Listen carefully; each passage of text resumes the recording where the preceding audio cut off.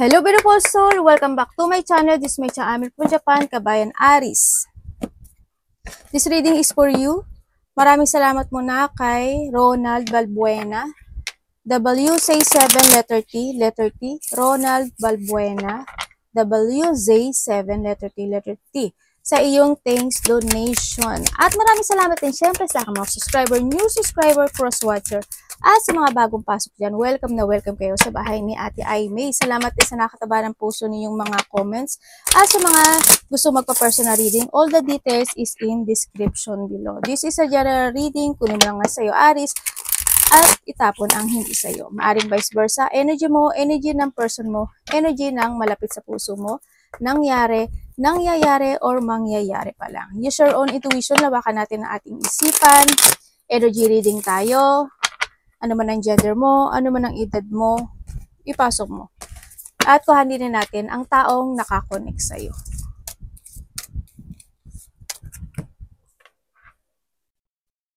Mukhang may mga iniisip ka.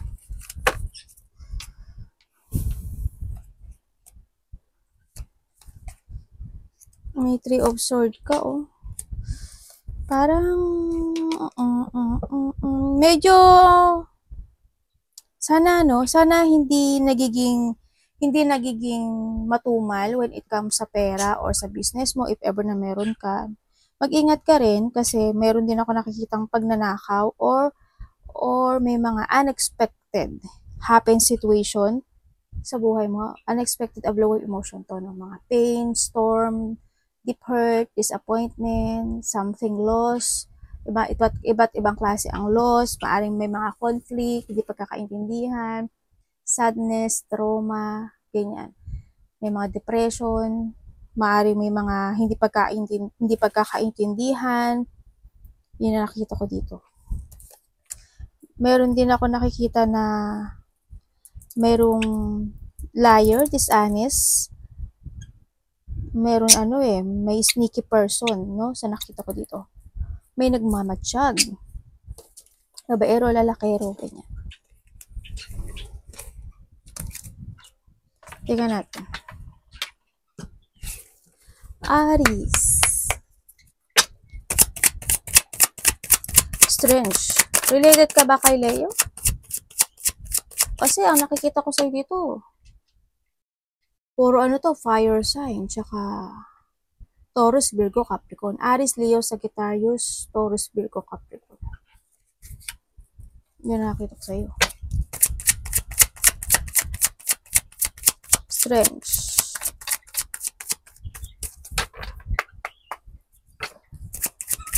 Ano yung strange sa kanya, kay Aries? Strange is a strange? Saan ka?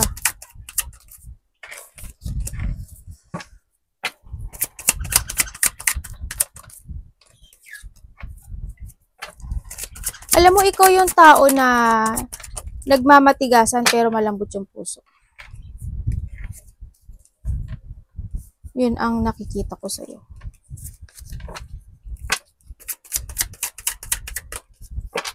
Talagang yun ang lumabas no? Okay, so nakita ko sa'yo, medyo weak, no? Medyo weak yung energy mo sa akin, pero pilit mo nagpapakatatag. Ganyan, so nakikita ko dito. Nagkakaroon ka ng emotions or you're feeling emotions. So nakikita ko dito, medyo may mga ini-illusion ka rin, no?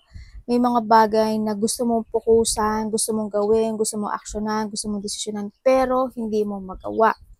Ang nakikita ko dito.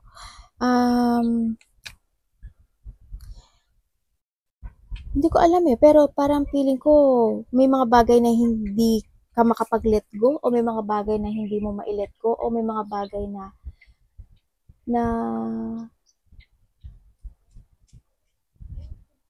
as in wala kang kakayahan. Hindi ko nakita. Pero nakita ko nagpapakatatag at nagpapaka-strong ka dito. Yun, nagkakaroon ng pagda-doubt o handun yung maaring iba sa inyo, limitado yung mga gusto nyong gawin, ganyan, o kaya may mga takda, ganyan, o kaya andito rin yung sitwasyon na may mga bagay na namamanipulate ka ng sitwasyon mo this time. Kaya ang nakikita ko dito, strong outside, pero ano ka, weak inside. Emotions. Alagaan mo daw yung sarili mo. Maaaring iiba siya, inaalagaan niyo rin yung sarili niyo. Alam mo ba na may tao dito na sakim or makasarili? May taong sakim or makasarili, or ito yung tao na hindi ko lang alam kung hindi mo siya mapapansin na niloloko niya kasi may pangiling lang, nangliling lang, manliling lang. Hindi mo makikita. Maaring ikaw rin ito, no? Kasi parang nililing ko, halimbawa, sinasabi mo you're okay, pero nililing lang mo yung sarili mo, nililing lang mo rin yung mga nasa paligid mo. Isa rin yun. Pwede din yun sa'yo. Yun ang nakikita ko sa ito. You want to create something into your life, pero there's a limitation. Kumbaga, napanghihinaan ka ng loob, or either wala kang kakayahan, or either na mamanipulate ka ng situation. Pero mag-ingat ka pa rin sa mga sinabi kong pangiling lang.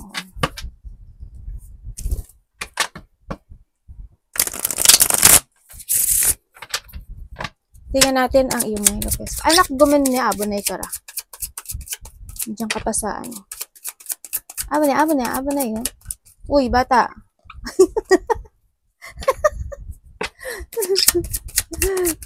Hawa akong bigla eh. Uy, batang malit. Ay, batang makulit. Ay, batang malit. Okay. So, nakita ko sa'yo, may tao dito. May mga tao or may tao nakakausapin ka, or andito rin yung situation na may mga tao na magbibigay ng pagmamahal at suporta sa'yo. Yun ang nakikita ko sa'yo dito. Ibig sabihin, may dalawang lalaki, no? Sa iba sa inyo, there's a two-person. Kung sino man siya, maaring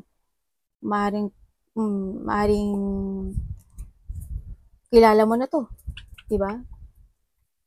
Two-person man siya, one person. Pero may mga tao din magbibigay ng pagmamahal at suporta sa'yo dito, or ikaw ang magbibigay dito. May tao makikipag-usap sa'yo. So, nakikita ko dito.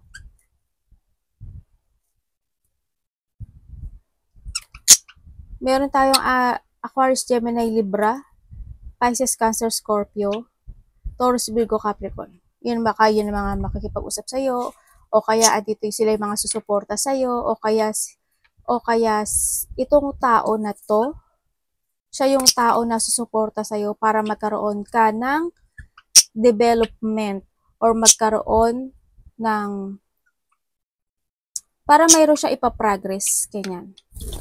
Or maaari ikaw to. Parang there's a progressing situation. Ako nakikita na gusto niyang ma-improve about sa'yo. Yun. Ang nakikita ko dito ha.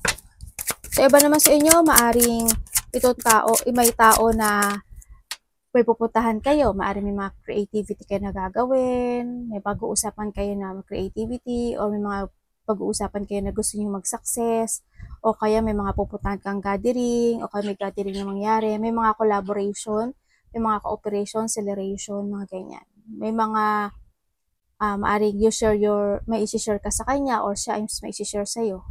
Yun ang nakita. Baka may mga mag-chill, no? Ganyan.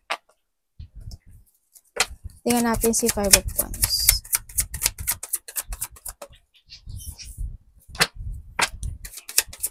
Bakit? Ala, ano ba yan?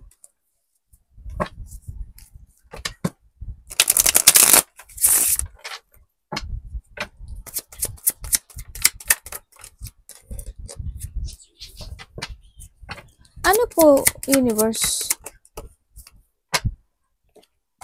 Okay. Yung iba sa inyo, medyo magulo eh, no? May konting gulo, may mga hindi pagkakaintindihan, or may isang sitwasyon sa'yo na magulo yung isip mo kasi you are stagnant, wala kang magawa, kahit gusto mong gawin yung mga bagay, ganyan. Andito rin yung sitwasyon na medyo parang may problema ka kasi. May problema eh. Parang handin yung pagkawalang kilos. Kasi yun nga, stagnant. Sabi natin, in English, tinagalog ko lang. Engot, di ba? Yun ang nakikita ko sa'yo. May mga pinag-uusapan din related sa something money, territorial, parang ganun. Parang may bagay o isang sitwasyon na hindi matapos-tapos, merong isang sitwasyon na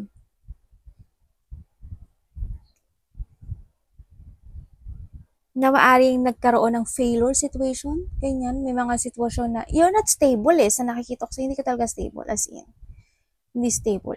Ang nakikita ko rin dito, maaring ikaw or someone, handin yung, alam mo yung, dahil because of the ayaw mong malaman na may nararamdaman ka, hindi mo, ayaw mong malaman nila yon. Halimbawa, nananakit yung mga kalamnan mo, buto mo, may kasukasuan mo, may, kumaga, may mga nararamdaman ka na hindi maganda, pero hindi mo sinasabi. Ganun. Sana walang sana walang paglubha or pagkasira o paglala o kasi ang nakita ko sa ito medyo weak, no? May panghihina situation ako na nakikita sa iyo. Or someone kung may taong may sakit. Kailangan mo dito na alagaan yung sarili mo kung ikaw ito. Yun. Or syempre alagaan mo din yung money, business mo sa nakikita ko dito. May mga tao na makikipag-usap sa'yo or makikipagtalo man sila o may mga pag-uusapan kayo. 2 tas hanggang 3. Yan ang nakikita ko dito. May mga nag-aaway din no? O hindi pagkakasundo. Yan, maaring kasi andito ka sa queen. Lalaki ka man o babae, andyan ka sa sitwasyon mo no? Na alone time, no? Sa nakikita ko dito. Pero may mga tao na may mga galit Hindi ko alam why may galit, hindi pagkakaintindihan, defensive, mataas ang ego, may mga battle, disagreement, may mga tension, kumbaga, no? Ako nakikita sa iyo. Yan. Pero may mga tao naman na willing to collaborate, willing na makipag-partnership sa iyo, willing. May mga ganun. Ako nakikita. May nakikita rin ako na may magpapa-dental clinic ba o kinakailangan mo na magpa-dental clinic. Yun. May mga sitwasyon na no? May tao kasi mataas yung pride. Mataas ba pride mo? Yun. May iba sa inyo siguro mataas yung pride. May taong mataas ang pride. Hindi nyo may tao na nagkakaroon ng insecurity, lack of independence, lack of stability, no? Ang nakikita ko sa iba sa inyo, Aries. Yun ang nakikita ko sa iyo.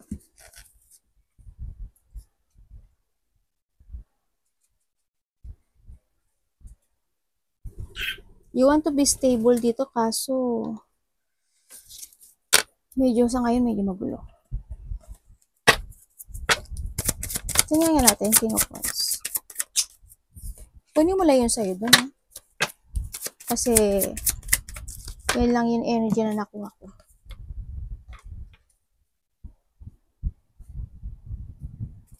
Aquarius, Gemini, Libra, Aries, Leo, Sagittarius. May tao makipag-usap sa'yo in a distance. Mara may kukonek sa'yo, makaka-receive ko ng information, communication, news, ganyan. Ako nakikita dito. And nakikita ko rin sa'yo dito, Aries, is magkakaroon ng pagbabago sa buhay mo. Ibig sabihin, magkakaroon ng changes.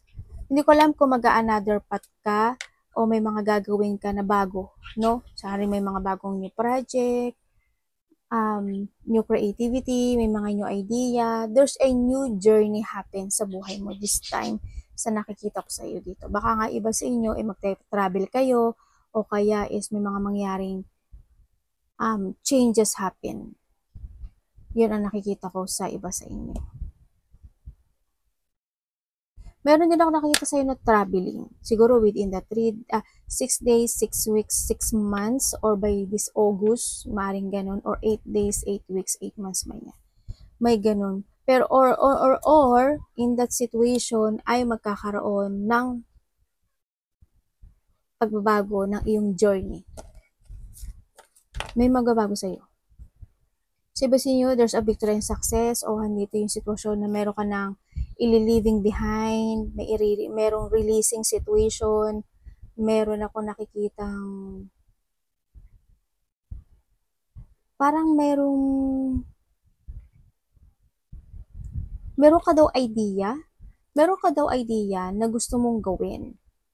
You want to start a new beginning in life, pero kung ano man yung idea na gusto mong gawin o gusto mong desisyonan, this time, gawin mo daw. No, kasi this is the time na to step up. Kailangan mo lang na maging strong this time. Have always a purpose, magkaroon ng mental clarity sa mga bagay na gusto mong aksyonan, gusto mong gawin, idea, any project. Kasi there's a victory and success din ako na nakikita sa iyong path. Sabihin nyo, sa iba sa inyo, maaaring mangyari to after a month, 1 month, or after this year. Ganyan. Pero sana maganap na. Diba? Sa iba dito, months eh. Tingnan natin, tao nakakonect kay Aries. Tao nakakonect kay Aries, maaaring karelasyon, anak, kaibigan, kung sino man siya. Ano ang nararamdaman mo kay Aries? Tao nakakonect kay Aries.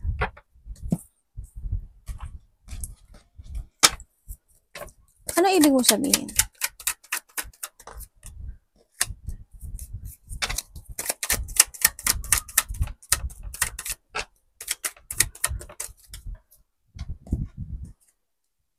Page siya.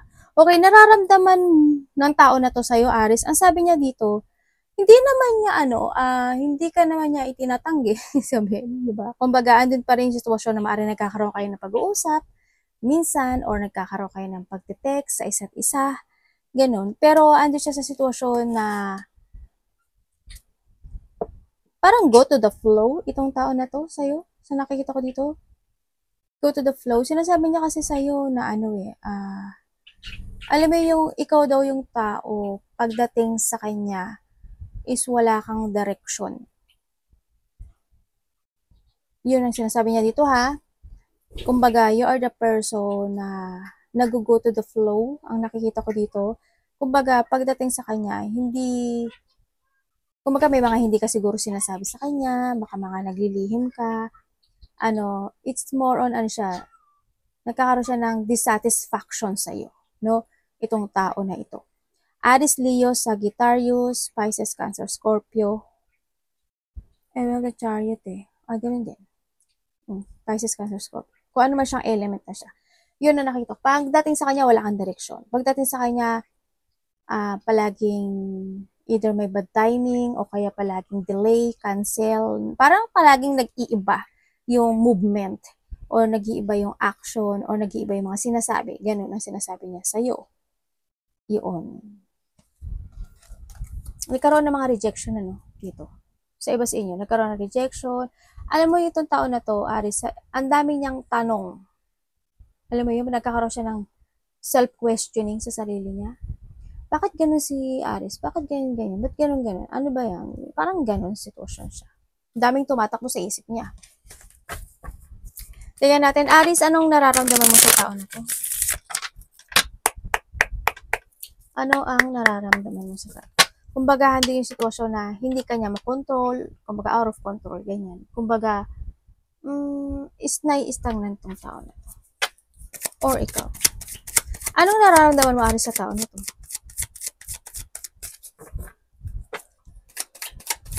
Andito rin yung sitwasyon na, yung pagsisinungaling?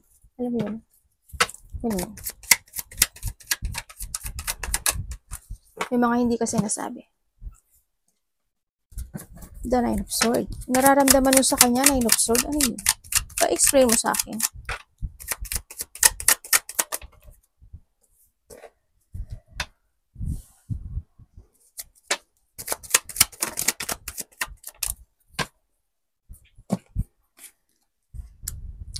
Okay. Okay, nararamdaman mo sa kanya,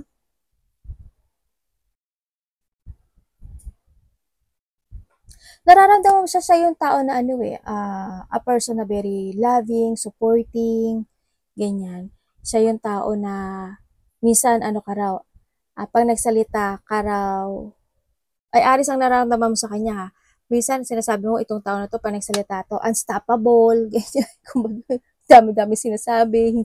Minsan hindi na pag-iisipan yung sinasabi, maaring ganun. Pero sinasabi mo naman sa kanya na itong tao na to, loving, care, supportive, ganun. Kumbaga, siya, very creative actually, very creative, a person. Yun nga lang minsan, it's more on chaos, kumbaga, andun yung imbalance situation. Kung tao to medyo imbalance. Andun din yung sitwasyon na, syempre,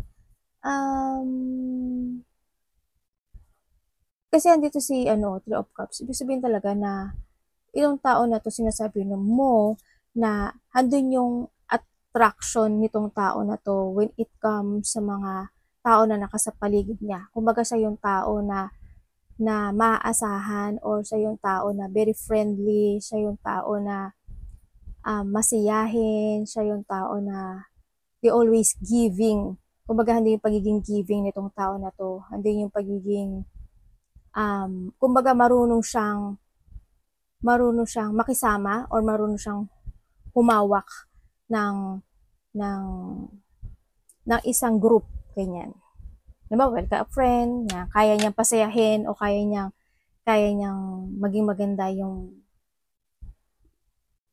ano to? Yung paligid, ganun.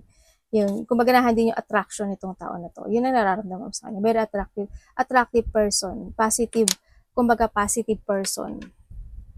Yun ang nakikita ko dito.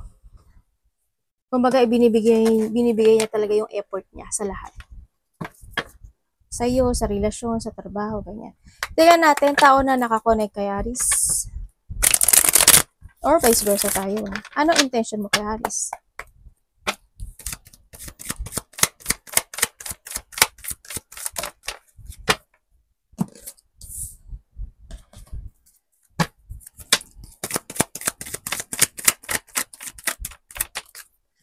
Intention niya sa'yo. Ay, gano'n. Intention niya sa'yo, wala, focus siya eh. Tingnan ko nga. Maaring vice versa tayo ha. Intention niya sa'yo, may doubt siya sa'yo actually. Nagkakaroon siya ng doubt sa'yo. Kumbaga, doon kasi yung situation na, Three of Swords, di ba? Kaya may rin ako, may doubt na siya sa'yo, may doubt pa ako dito sa card, kaya yan, lumabas. Naman niya, clarify naman niya yung intuition ko. Yun, may doubt siya sa'yo eh, kumbaga, intention niya sa'yo, hindi. Kasi andito sa Nine of Cups, as in, itong tao na to, wala siyang intention sa'yo, they planning a new beginning in life sa sarili niya, andun din yung want to be stable na sa buhay niya, gusto niya mag-focus sa kanyang sarili this time, no? Kumbaga, andun na yung confident na tong tao na to eh, sa nakikita ko dito. Kumbaga, maaari nagkaroon ng mga separation, hindi pagkakaintindihan, ganyan. Intention niya sa'yo is to separate myself sa'yo at kakamtin ko yung mga pangarap ko sa buhay. Kasi alam ko na this relationship is hindi siya ganun ka-stable. Yun ang nakita ko. Kung kayo is nagkahiwalaya, kasi may three of sword tayo. Kung kayo is magkasama naman itong tao na to, tanggap niya yung sakit na nararamdaman niya sa'yo kahit na hindi niya alam kung kayo forever or hindi. Pero para sa kanya, you are my wish come true. Maghihintay at maghihintay ako sa'yo. Yun ang sabi niya. Nako po, binabaril na sa luneta yung ganito. Ano ba yan? Or vice versa. Ano yung behavior niya sa'yo, Aries, or action? Tao na nakakonect kay Aries. I-show me. Onecha, nani? Dosi to no. Hindi bisya, narito wa. Naligo na naman yung anak ko. Behavior intention. Ay, nako po. Tingnan natin. Anak, gumen ni.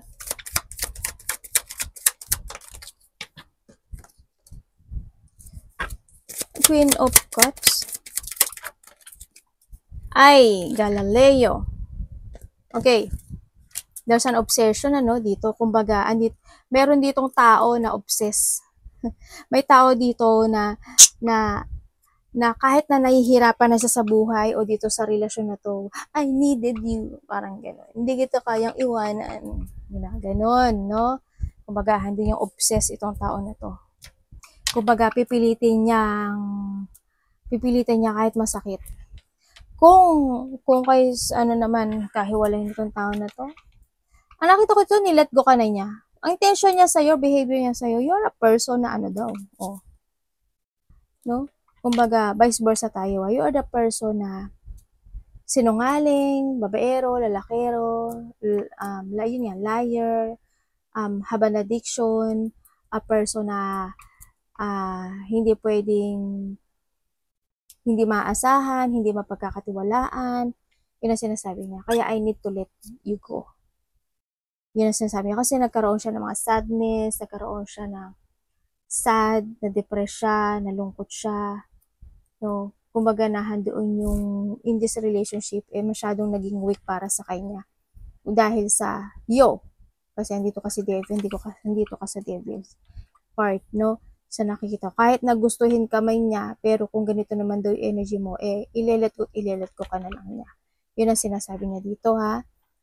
Yun, kumbaga andun yung pagiging parang have an addiction and temptation, mga ganyan, sakim, makasarili, kumbaga hindi ka equal. Kaya masyado siyang naging sad. Yun ang nakikita ko dito. Behavior and action niya sa'yo. To let you go. And then, yung mga kung kayo pa, tanggap mo. Yung tulad na sinabi ko kanina, tanggap mo siya. Or vice versa. Arigato namaste, God bless.